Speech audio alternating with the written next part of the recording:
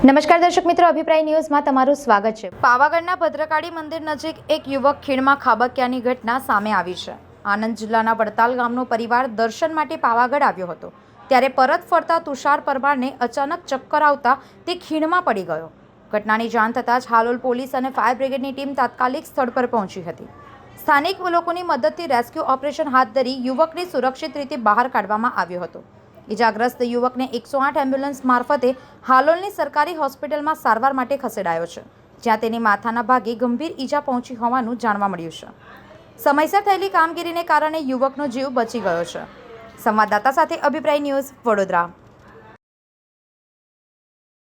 વધુ સમાચાર જોવા માટે અમારી YouTube ચેનલને સબસ્ક્રાઇબ કરો અને જોડાયેલા રહો ફેસબુક, ઇન્સ્ટાગ્રામ અને ટ્વિટર પર।